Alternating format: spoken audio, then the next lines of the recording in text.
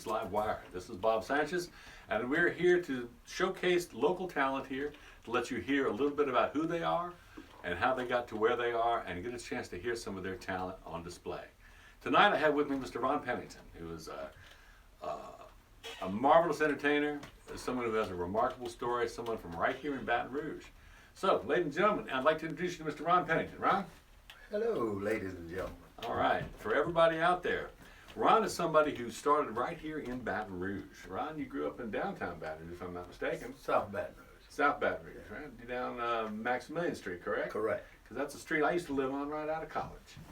Yep. So, Destined to meet. Destined to meet one day. And Ron, you started out as an athlete playing football here in Baton Rouge, and this is a big football town. Correct. You started out where? McKinley. McKinley High School, okay. Quarterback, I understand?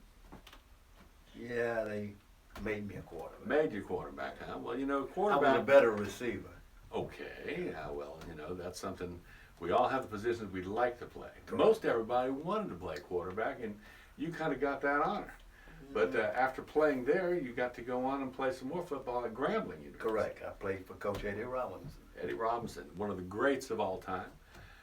Kind of considered to be the farm league of the NFL. You did get to play with many of the some of the greats. A total of 54, but just to name a few: Buck Buchanan, Ernie Ladd, Willie Brown. Okay, that's some pretty impressive names. And right Nehemiah there. Wilson from McKinley. Yeah. All right. Well, see, there you go. There's some Played with the another Oakland Raiders. Oakland Raiders down the road. But these are people that really were able to, you know, make a name for themselves in the NFL, as well as in later life, certainly. But now you, when you got out, you were able to play in the Continental Football League, because at that time, this was around 1963, black quarterbacks really weren't very popular in the NFL, shall we You say. couldn't play in the American League or the National League. Yeah.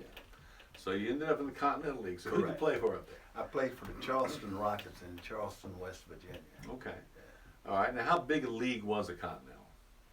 Well, we had, it wasn't the size of the league, it was the size of the paycheck. Oh, well, that I can We understand. had two teams in Canada, one in Montreal, one in Toronto, Orlando, Providence, Rhode Island, Hartford, Connecticut, Mhm. Richmond, Indianapolis.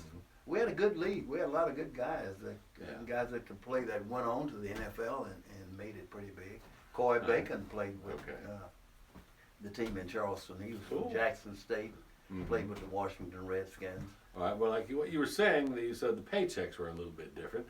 So you guys all had to have the day gig, as we like to call Correct. it. That was part of the agreement. They offered to pay you X amount of dollars plus find you a decent job too. Okay. So where did you work when you were playing ball?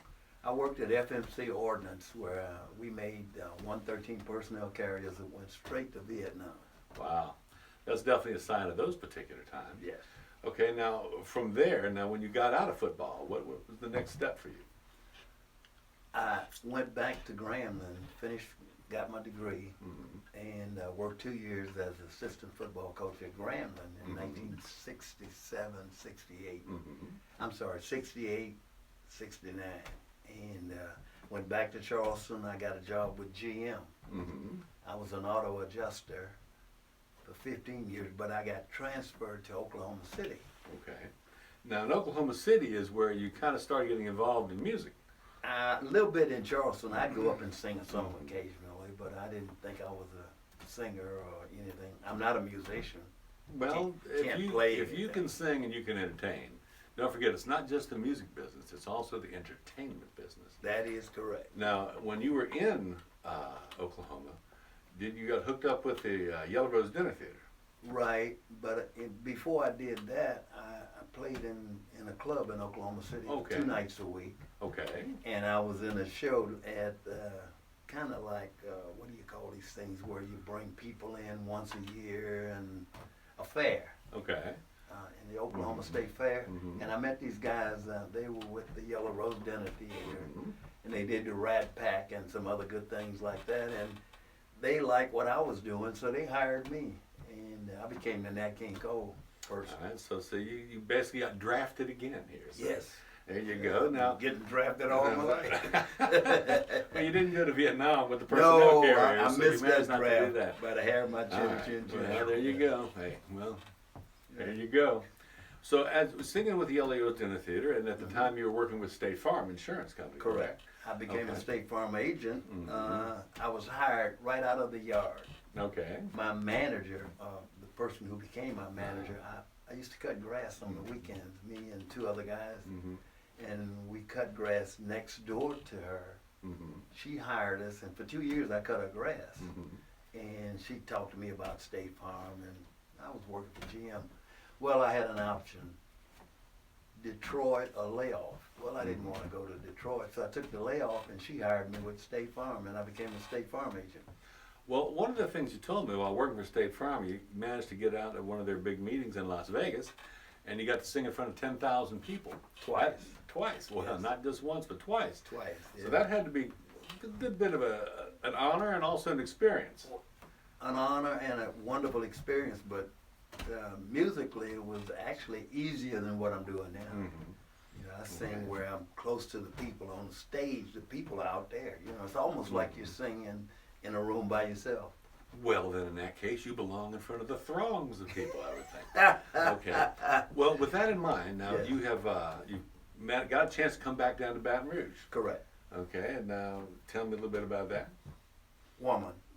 Well, Remarried. it's always married, a woman. Married a Always Baton Rouge lady. Okay. And we've been back here 7, maybe 8 years. All right. Yeah. Well, we're certainly glad to have you back here. And you are singing presently, well, the virus, in spite of the virus, Right. you're singing with some retirement homes, you're singing at some private parties, things like that. Correct. The material you're doing, you certainly have quite a following. The people I know love you.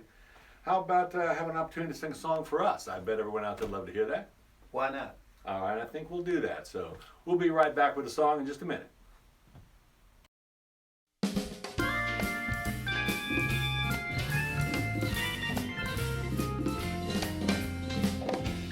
You didn't tell me, honey, that you'd miss me when I'm gone. You just acted kind of nonchalant when I headed on home. And I didn't tell you, honey, that I wanted to stay. I just acted like I got what I want, and I was on my way. Right then and there we should have spoken our minds, but we thought it could wait. Oh, right then and there we should have crossed that line, and now it's too late. We didn't tell each other, we just didn't know how. Right then and there, if we'd have spoken our minds, we'd be together right here and now. Yeah, Mr. Yuki Hart on keyboard, ladies and gentlemen.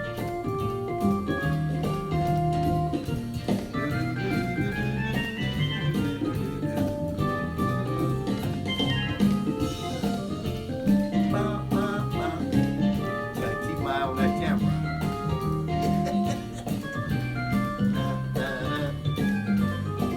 And Mr. Joe Bob Nelson on the acoustical guitar.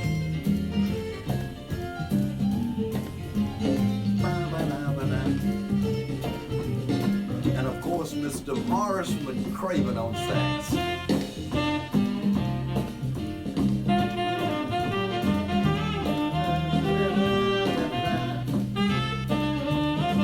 And yours truly. Right then and there, we should have spoken our minds, but we thought it could wait. Oh, right then and there, we should have crossed that line, and now it's too late. We didn't tell each other, we just didn't know how. Right then and there, we'd have spoken our minds, we'd be together right here and now. Right then, right there. We should have talked about it, but we didn't dare. And now it's much too late to shout it. We should have told each other what was in our hearts. Right then and there, we'd have spoken our minds. You know, we would have been together all of this time. Right then and there, we'd have just known how. We'd be together right here and now. Right then and right there and right now.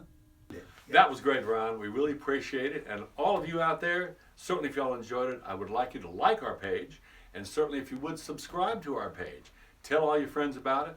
We plan to have more entertainment each week right here on Live Music LiveWire. I'd like to thank Ron Pennington. I'm sure every one of y'all would like to thank him too.